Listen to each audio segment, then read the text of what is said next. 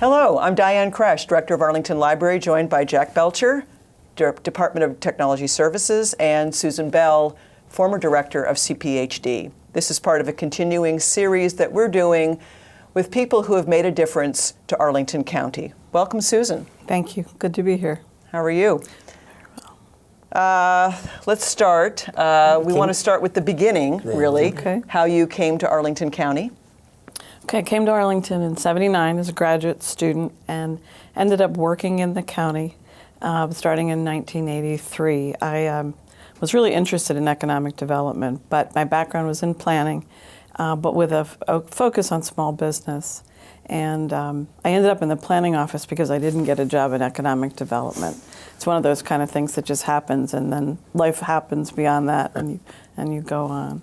So I joined what was then the Department of Community Affairs in '83 as a temporary planner 1, not even on the work program in those days. It was a very focused and structured work program that the board adopted every year. Now, did you spend your whole career in CPHD in various incarnations, various jobs? I did, actually. The department changed pretty dramatically over that period of time that I was with it, and so by changing jobs and the department itself changing made it kind of easy to learn a lot of new things and to do different kinds of work. I had the opportunity to work in both comprehensive and current planning for the first 2 or 3 years that I was with the county, and then in 1988 I went over to the zoning office as the acting zoning administrator. And the 10 years that I spent there went very quickly, very quickly. What's the difference between comprehensive and current? Well, comprehensive planning is actually the long-range group. They do the policy plans and the area plans and take the long view of what's going to happen in the community.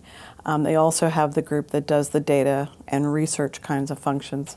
And so for a couple of years, I did demographics and cooperative forecasting, which is how you get to the forecast of population based on the land use plan. And then current planning is development review, and that's the relatively quicker turnaround evaluation of projects that are going to be built or special exceptions for things like live entertainment and so forth. For a while I worked for both sections, and then for a couple of years I worked for current planning only and comprehensive planning for several more. So. Can you talk a little bit about the general land use plan? It seems to me that we decided what the community was going to look like a long time ago and have more or less stuck with that plan. One of the hallmarks of Arlington planning is really that the general land use plan, which was first adopted in 1961, has really been the roadmap for how this community has evolved. And I like to always say that it's the continuity of the policy that has set Arlington apart from its neighbors. And by that I mean that when the first plan was adopted, there were areas that were marked future study area. There were times when properties were identified as future nursing home site or future park site or whatever. But by and large, the areas that were yellow on the plan, the single-family neighborhoods, are still yellow on the plan today.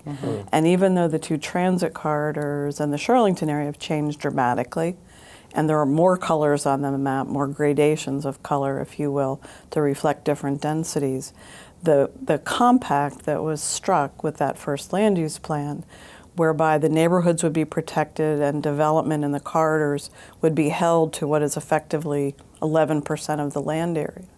That has held up through 50 years of planning and development and construction. And that is remarkable among jurisdictions and probably anywhere in this country. So let's talk a little bit about how that happened. 50 years is a long time. Right. Community has seen a lot of change. I grew up in this community. It's markedly different today than it was when I was growing up here. So what do you think accounts for commitment to that kind of policy? I think the original visionaries who laid down the land use plan were people who were very committed to participatory government and to long-range thinking. They came to this area, many of them from other places, to support the war effort, to promote good government. And I think they actually believed that government could be a force for good, if you will, in a community. Many of them were federal employees, but they were active in their community as volunteers and elected officials. And in developing that land use plan, they recognized that the transit corridor areas, although there was no transit yet, were areas that needed investment. They were areas that would be the commercial cores of the community, and that they needed to leverage the location right next to Washington, D.C. And so by establishing some basic principles, the transit corridors became the backbone of the plan, and the commitment to put the development there and protect the neighborhoods, I think, was something that many people in the 60s and 70s felt was a good decision, and they could get behind it and stay with it. But beyond just the basic plan itself and staying with those principles, the board set about having staff work with the community to develop area-specific plans. And so people could look at the Ballston neighborhood, they could look at Virginia Square, Clarendon, whatever neighborhood it was, and work with staff and the elected officials and the commissions to develop a more specific plan. So they really saw something happening. They saw that the things that they wanted for their immediate community were reflected in the plan. Now, are these the neighborhood conservation plans? Well, it's both neighborhood conservation, but also the sector plans, Okay. the early sector plans, and those dovetailed with the metro stations actually being opened. So instead of sort of waiting until Metro's building, these plans were being developed as the stations were getting ready to open. And so people knew what the effects would be. They knew that, okay, we're likely to have spillover traffic, so we're going to have a variety of techniques applied to keep the cars out of the neighborhood and so forth. They also developed zoning tools to implement the plans, so they weren't just shelf documents that felt good on the day they were adopted and then got dusted off 5 years later. They were intended to be used and applied to development in the future, which is also fairly unusual. Sure. So part of it, I guess, is the devil's, it comes down to the details. You look at, we have the plan. I guess that's the GLUP, the general land use plan. But then there are the details that take place. And you're a professional planner, and you've brought in a number of professional staff who have an idea of how to implement that vision. But sometimes that's contrary to what the interests are of the community that are in those areas. And the case in point, and we talked about this a few weeks ago with your planning director, former planning director Bob Brosnan, about how Market Commons came about. And there was a debate over that. I mean, should Market Commons come out the way it is today, which is a wonderful place. But I can remember living here, the discussion was that would be a great Home Depot. Right. Could you talk a little bit about that and what happened and how you balanced that community values with what professional planners had in mind, or was it the same? Well, the whole concept of sector plans was well underway when I joined the county in the 80s. But the Clarendon sector plan was developed and kind of nothing much happened. Ownership was really fragmented. And I can remember economic development used to take the real estate bus tour around Clarendon because there were so many used car lots. It was really, it felt like a blighted area of the community. But Home Depot proposed to come in, and the family that owned the property that is now Market Common thought that they had found, the golden egg for their property. I happened to be zoning administrator at the time and had to make a call as to whether or not it was a permitted use. And my conclusion was that it was. And there was a furor, as you can imagine. So I met with people a couple of times in their homes to talk about it, why it was a permitted use and so forth. And ultimately it was appealed, which was the right of the people who didn't like that answer to do. That project went away because Home Depot recognized that they would not be well received in the community, and ended up at 7 Corners at the old Woodward and Lothrop. But when Dan McCaffrey came in with his proposal for Market Common, I think the concern then was that it was too much development. But in truth, it was about a 10-acre site that he was working with. And the county did have Edgewood Street. There was a section of the old Sears parking lot that was actually right-of-way for Edgewood in easement. And so the county had some ability to control the outcome of that. And of course, what Mr. McCaffrey wanted to do required public hearings and rezonings and a variety of other things. So there were lots and lots of details. It was everything from the backup beepers of the tractor trailers unloading groceries and things to the shops, to the kinds of materials on the building. There were lots and lots of issues. But at the end of the day, it was supported, and generally the community came around to supporting it. Mm-hmm. Now, when I first joined the county almost 10 years ago, the church project in Clarendon was kind of the hot project. The church, the iconic steeple, and the housing behind it. Can you talk a little bit about that, the development of that project and the ultimate resolution? The project that you're referring to is called the Views, and for a long time it was a source of great contention in the community, and actually there was a lot of consternation on staff at different points in time about how we were going to make this work or not work. But the proposal actually came to the county because the church at Clarendon, the First Baptist Church, had such a declining congregation that the remaining members decided that they needed to really make a decision about what their future would be. They recognized that they couldn't sustain the physical plant.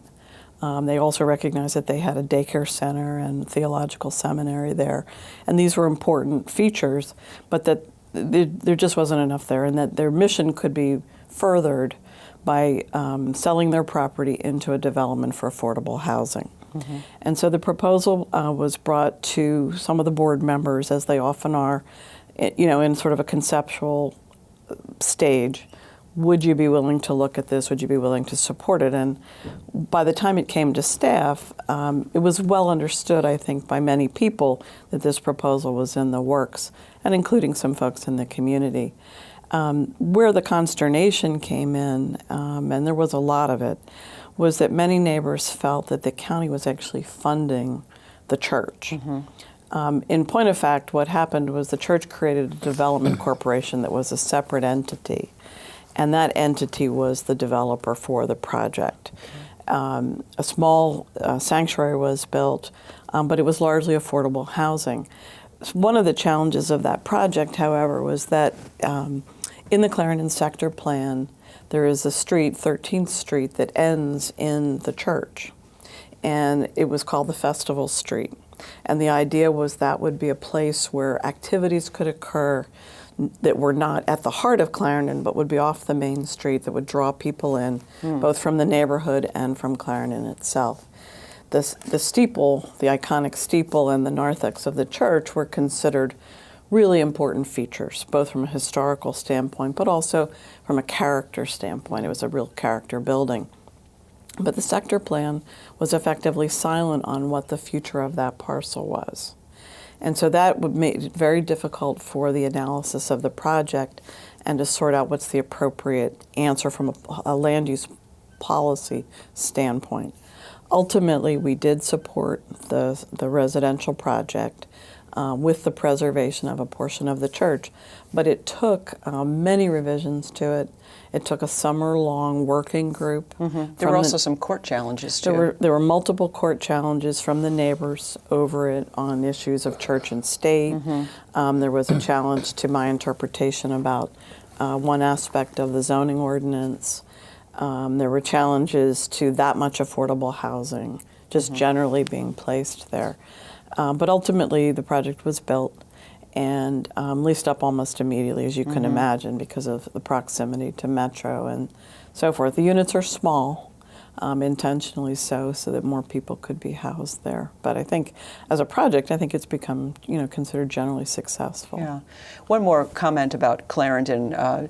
During the 70s, of course, it was the home of businesses from the Vietnamese people, and they're mostly gone now. Right. And so we talk a lot about inclusion and embracing diversity in this community, and yet that's a neighborhood that completely changed over in less than 20 years' time. So how do we keep balancing, preserving neighborhoods where there's more diversity, cultural diversity, and yet making way for other needs of the community? The influx of Vietnamese businesses, I think, came as a shock to a lot of people in Arlington. I can remember somebody calling me when I was doing data saying that they didn't understand how so many people were coming here. They didn't really get why they would choose Arlington over other places. But in fact, people often will come in a refugee condition to a nation's capital. At the time that they came, there was a lot of sort of moderately to not very successful retail space in Clarendon, a lot of vacant space. And they took it over. And had a thriving restaurant business. But it seems, to me anyway, that many of those businesses actually left ahead of the redevelopment of Clarendon. I think the goal of many of those business owners was to be even more successful than perhaps it was to be in Arlington specifically. Okay. And so many of them left before the redevelopment, some left because of the redevelopment. I think there's very few of them that can actually, that are still here today. But I think one of the greatest challenges that they have, that any local business has in a situation of redevelopment, is the rising rents. It's very difficult for a single proprietor or a small business to compete against a chain or to compete against a franchise that has the backing of a large corporation behind them.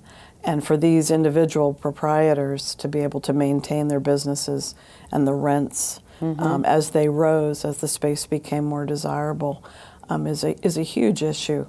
I think the county does a fair amount to train small businesses through the Economic Development Office, but it's a lot harder. And Arlington has never been big on subsidies for businesses. It's always been about loans and getting you on your feet, but not sustaining you. And I think that's one of the great challenges we've had both there and on Columbia Pike. Talk a little bit, if you could, about Roslyn. I mean, that's the gateway to Arlington, but it's had these stops and starts. And I've been here for, it must be 20, 30 years, and I was at Georgetown, across the river looking at Roslyn, and I saw the development that took place. I mean, what happened in Roslyn? Why hasn't it realized itself as truly a gateway venue to the I think county? Roslyn is still challenged by its history in one sense. The initial office construction that happened in Roslyn was really intended to capitalize on proximity to the federal government. And a lot of those older buildings were built for federal tenants, but they were also built at a time when retail on the ground floor and the idea of walkable communities just really wasn't a thing. It really wasn't even a planning principle at that time. And so Roslyn's retail was very inwardly focused. It was focused on the tenants in the building only. And to have an outward-facing tenant actually required special approval by the county board. It just wasn't done. And so within sort of Roslyn's history, it was a place that effectively shut down at 5 o'clock on Friday and reopened on Monday morning. And so I think what's starting to happen in Roslyn, although it's still a challenge, because so much of Roslyn is about throughput to the various bridges into D.C., if you're on the streets anyway, I think Roslyn is beginning to change, where you're starting to get some retail. The Central Place project will hopefully bridge the metro site to the rest of Roslyn a little more effectively than the kinds of retail that were there in the past, and with the programming in that 1 acre park. But Roslyn has really been challenged, I think. You either go through it on the metro for the most part, or in cars you get on one of the bridges. Yeah, I agree. I mean, there's not a natural meeting place, a town square or a plaza. And very little housing close to the metro. Lots of housing around it, but not right at the metro. So in contrast, Shirlington is an area where you could actually make a case for being the southern gateway to Arlington. And as you know, Shirlington was just a flat piece of land with a number of non-defined stores and whatever there. And garden apartments. And now it's become a wonderful venue. Why did that work there? Well, if you remember the old Shirlington, the streets were lined with retail. And everything, everybody walked in and out of a front door. It was two-story retail for the most part. You parked on the surface. Roslyn has always been very vertical in its nature, and you've got topo there. So, most of the house topography. You have to walk up a hill to get, out of Roslyn, or you have to walk not such friendly streets in terms Yeah. of the car traffic to get up on the other side of Arlington Boulevard. The housing that is there is not as readily accessible to the core of Roslyn. And the area of what used to be called Arlington Towers, which is Sure. now River Place Co-ops, that area is even somewhat separate from the rest of Roslyn. Shirlington is fabulous, but I think part of it is because it's largely flat. There's lots of housing right there on site and around it. And you have a mix of businesses that are not focused solely on the office worker. You know, you have lots of entertainment opportunities. People go there who have nothing to do with Shirlington other than that they're there to eat or see a movie or something like that. Well, thank you for clarifying that. I thought you were actually talking about the character on Ed Sullivan. Remember? Topo Gigio. Dating yourself, dates us. Jack. I think there's only 3 of us. That dates us, yeah, that's right. I remember it too. Talk a little bit about the Arlington Way, because we pride ourselves as being an all-inclusive community where decisions are made in the open and it's transparent and everybody knows what's going to happen. Right. But I have to tell you, some of my neighbors say, you know what, you guys go make decisions in the back room and we're not part of that discussion. And so there's that, and maybe, if you could, look at it from the perspective of your time here. Maybe that's something new, what I'm describing. Maybe it's always been there, but never articulated in that fashion. Yeah, the Arlington Way, I think, has been in people's minds a great thing for so long. You know, that it speaks to all this participation and whatever. But the reality of the Arlington Way is, at least from my perspective, is that it's been stretched to its limit and beyond.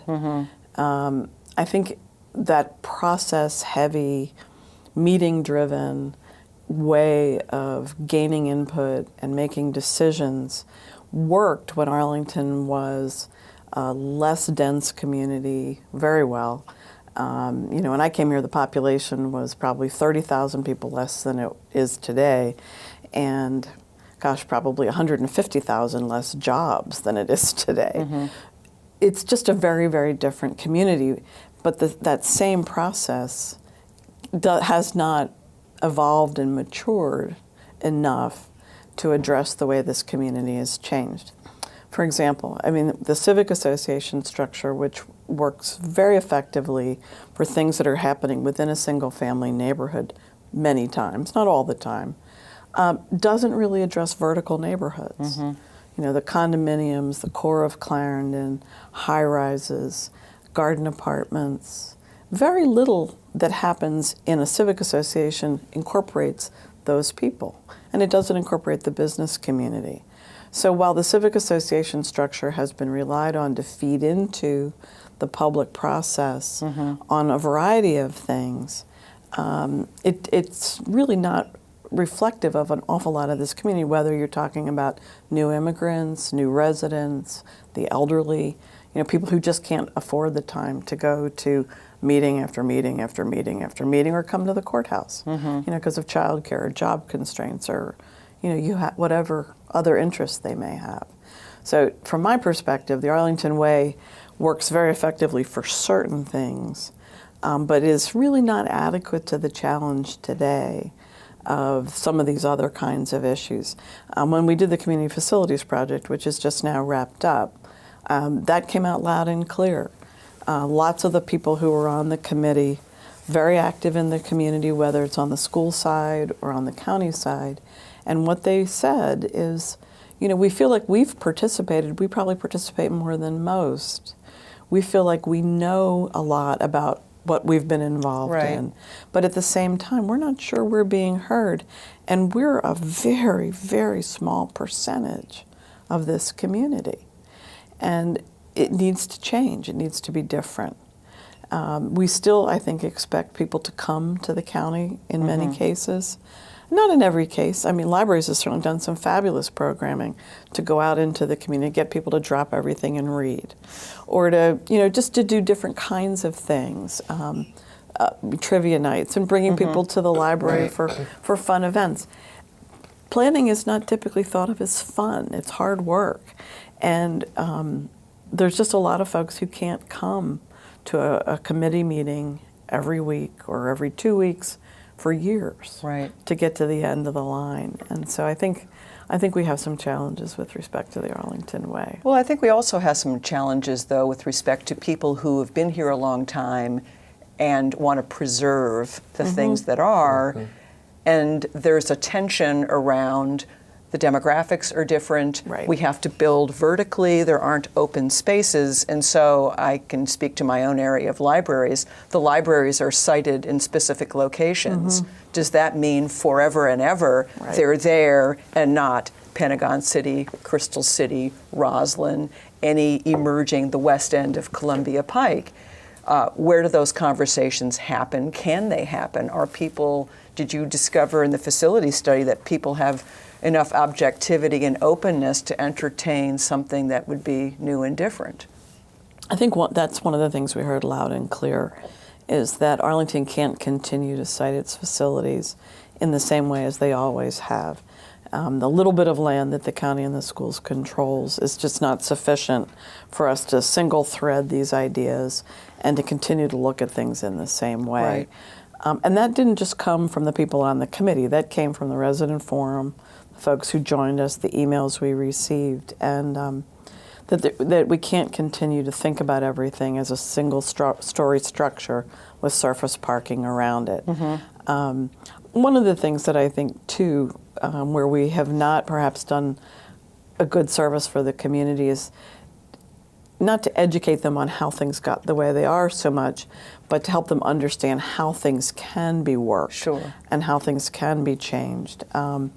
Within the new siting process and within some of the discussions about how the capital improvement plan should be formulated, I think the study has recognized and pushes for a lot more public engagement, a lot earlier in the process, and a great deal more openness so that it's not just the parks people talking about parks. Right, it's not just the advocates for affordable housing, which is not a public facility, talking about affordable housing, but that we recognize layered needs and the possibility of shared uses of spaces, layering of uses within a building, flexible spaces, so that what makes sense is, say, a pop-up library or a programmed space for parks today may need to be adapted for some other purpose, like a cyber center, at some future date. Okay. Susan, before you leave, you've done so many great things in this community.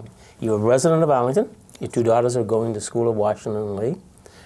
Your mother's now living in the town.